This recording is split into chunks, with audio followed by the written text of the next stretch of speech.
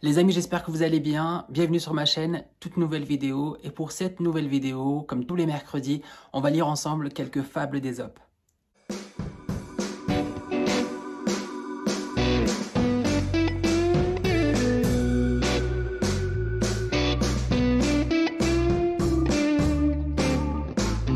Avant tout, n'hésitez pas à vous abonner à la chaîne si ce n'est pas déjà fait et activer la cloche des notifications pour ne rien louper des prochaines vidéos.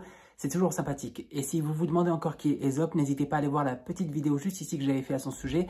Vous en saurez un petit peu plus. Aujourd'hui, je pars sur la thématique du renard dans les fables d'Ésope. J'ai trouvé 3 histoires qui le mettent en scène. Avant de commencer, il faut savoir que le renard est généralement représenté dans les fables comme un animal très malin. Pas très altruiste, mais très malin, qui arrive à voir quand quelqu'un lui ment, mais qui dans le même temps est un animal très menteur aussi, hein, c'est un petit menteur.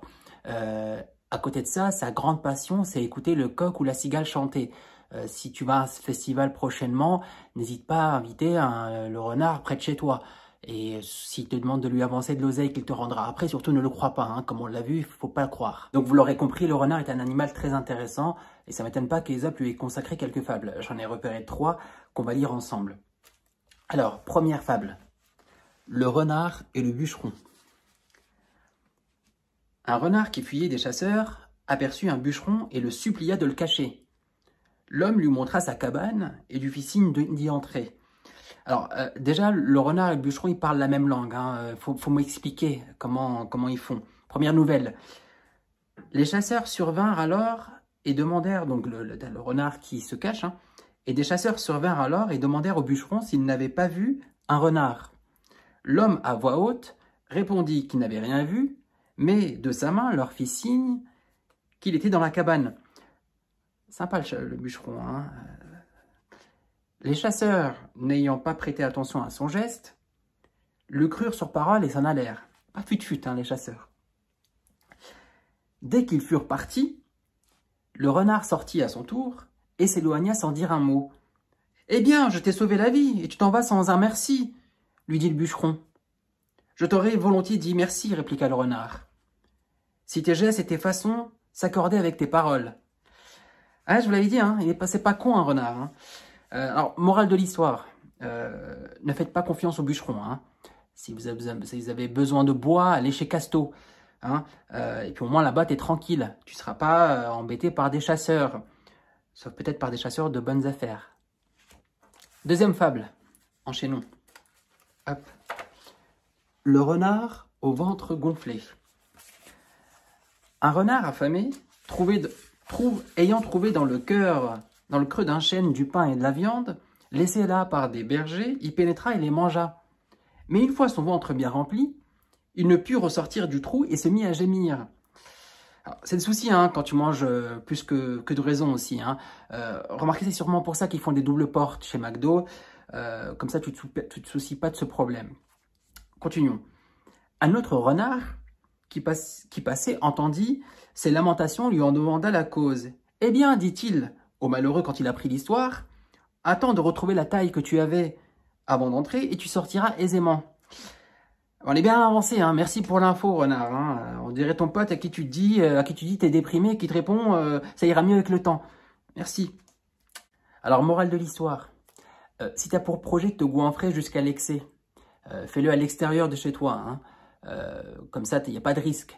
Comme ça, même si tu manges jusqu'à épuisement, t'es pas coincé. Sauf si tu es à Rochefourchat dans la Drôme, là tu fais gaffe. C'est un village, il y a un seul habitant, va pas lui ruiner son jardin au gars. Troisième fable, la 255, le renard et le singe. Alors, celle-ci, je sens qu'elle va être sympathique parce que le singe, dans les fables, il est souvent représenté comme un animal très prétentieux et menteur, mais qui se fait aussi facilement berner. Si un jour on te demande de dire que tu es une personne pas fiable, sans dire que tu es une personne pas fiable, tu viens déguisé en singe, on comprendra. Alors donc, le renard et le singe.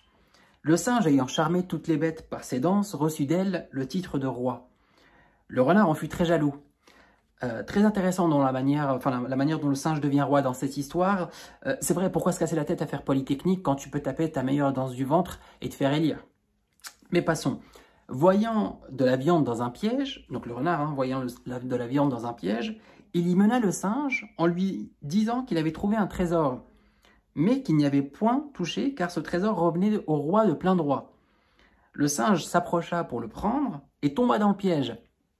Il en accusa le renard, qui lui dit « Singe, quand on est aussi sot que toi, on ne règne pas sur les bêtes. » Alors, morale de l'histoire, si tu es un très bon danseur, ne postule pas un poste très haut placé. Inscris-toi à Danser avec les stars. Au moins, tu fais profiter Martine tous les samedis soirs. Ça fait plaisir. De ton petit déhanché, ça fait plaisir.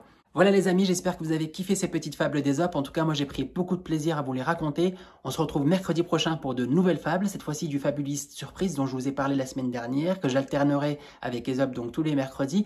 En attendant, samedi prochain, c'est le nouveau résumé de livre, un classique à côté duquel je suis complètement passé et que j'ai fini il y a 3 jours. J'ai hâte de vous le raconter, j'espère que ça vous plaira. Si vous avez aimé cette petite vidéo, n'hésitez pas à laisser un petit pouce bleu, c'est toujours sympathique, à me dire en commentaire quelle fable vous aimeriez qu'on lise ensemble prochainement. Et je voulais juste faire un petit aparté pour les commentaires, abonnements et likes et différents retours que j'ai sur YouTube et autres réseaux. Vous remerciez énormément. Je ne vois malheureusement pas qui est abonné, donc n'hésitez pas à interagir avec moi sur les différents réseaux, à me dire voilà, voici si c'est positif, négatif, ou en tout cas si votre retour constructif, ça me fait vraiment plaisir. Si vous êtes resté jusqu'à la fin, bah, merci à vous et je vous dis à la prochaine. Ciao!